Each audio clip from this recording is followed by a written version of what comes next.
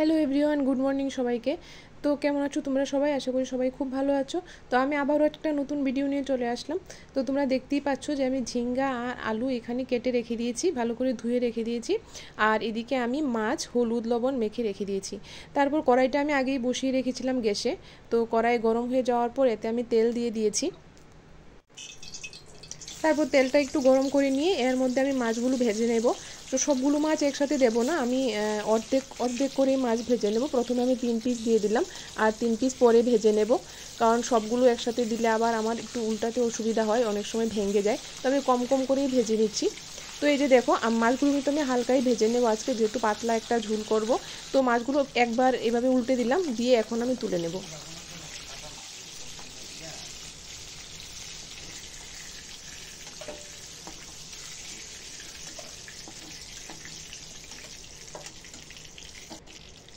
তারপর আরও যে বাকি 3 পিস মাছ ছিল সেই মাছগুলো আমি তুলে দিলাম। তুলে সেমভাবেই একবার উল্টে দিয়ে আমি তুলে নেব মাছগুলো।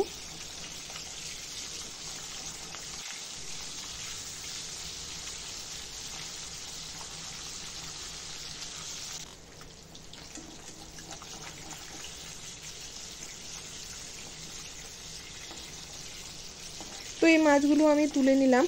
তারপর দেখো, কড়াইতে কিন্তু অনেকটা তেল রয়ে গেছে, সেই তেলে আমার রান্নাটা আজকে হয়ে যাবে। তো সেই তেলটার মধ্যে আমি আলুগুলো তুলে দিলাম। আলুগুলো তুলে দিয়ে একটু নেড়ে চেড়ে তেলটার সাথে ভালো করে মিক্স করে নেব।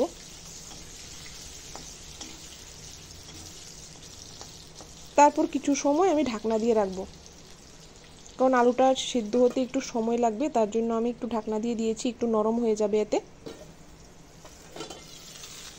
তো ঢাকনাটা আমি তুলে দিয়ে এর মধ্যে একটু হলুদ আর একটু লবণ দিয়ে আরও একটু নেড়ে চেড়ে আবার একটু ঢাকনা দিয়ে দেব।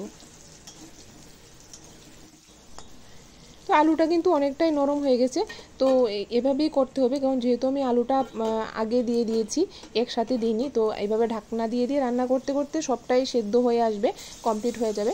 তো তারপর দেখো, এর মধ্যে আমি পেঁয়াজ কুচি দিয়ে দিয়েছি, অর্ধেকটা পেঁয়াজ কুচি দিয়েছি এতে আমি।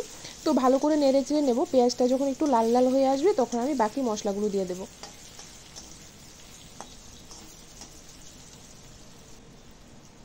তো এর মধ্যে আমি দিয়েছি আদা বাটা আর দুটো কাঁচা লঙ্কা আর দুটো শুকনো লঙ্কা বাটা, আর মিক্সি জারটা ধুয়ে একটু জল দিয়ে দিয়েছি। তারপর দিয়েছি একটু জিরে গুঁড়ো, ধনে গুঁড়ো, একটু হলুদ আর কিছুটা লবণ দিয়ে এবার মশলাটাকে ভালো করে কষিয়ে নেব। তো যেহেতু আমি একটু জলও দিয়েছি আর মশলাটা কষতে একটু সময় লাগবে, আর আলুটাও যেহেতু সিদ্ধ হতে হবে, তো তার জন্য আমি আরও একটু ঢাকনা দিয়ে রাখবো কিছুক্ষণ।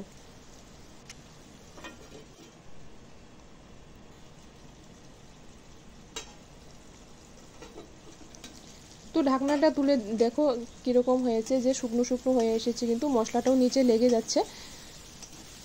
তো মোটামুটি কষানো হয়ে গেছে। এখন আমি এর মধ্যে যে ধুয়ে রাখা ঝিঙ্গেগুলো ছিল, ঝিঙ্গেগুলো এখন দিয়ে দিলাম।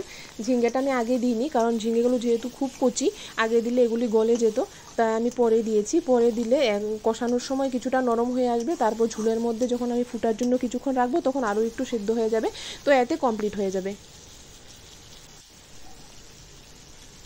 তো এভাবে কিছুক্ষণ নেড়ে চেড়ে যখন একটু কষে আসবে, ঝিঙ্গেটাও একটু নরম নরম হয়ে আসবে, তখন এর মধ্যে আমি জল দিয়ে দেবো।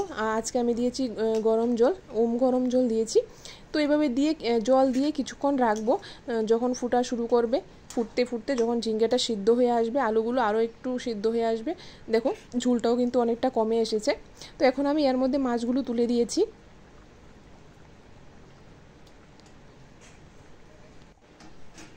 তো মাছগুলো তুলে দিয়ে আরও কিছুক্ষণ রাখবো, যতক্ষণ না মাছের ফ্লেভারটা এর মধ্যে মিশে একটা খুব সুন্দর মিষ্টি গন্ধ আসে, ততক্ষণ অবধি রাখবো।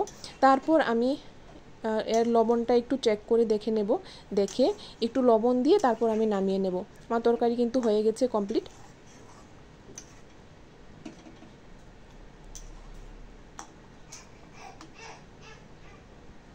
তো লবণটা একটু আমি চেক করে দেখে নিয়েছি, দেখে একটু লবণ দিয়ে দিয়েছি। দিয়ে এখন আমি লবণটাকে একটু ভালো করে মিক্স করে নিয়ে এখন কিন্তু আমি তরকারিটাকে নামিয়ে নেব। তো আজকে রান্না আমার এতটুকুই ছিল। তোমাদের কার কীরকম লেগেছে অবশ্যই কমেন্ট করে বলবে, আর যার যার ভালো লেগেছে অবশ্যই একটা লাইক দিয়ে দিও, আর যারা নতুন দেখছো আমার চ্যানেলটাকে সাবস্ক্রাইব করে দিও। তো আজকের জন্য এতটুকুই। তো তো এই যে দেখো তরকারিটা কিন্তু এরকম হয়েছে, মানে পাতে দিলে এরকম হবে খেতে। তো তোমরা কার কীরকম লেগেছে অবশ্যই জানাবে। আজকের জন্য টাটা, বাই বাই।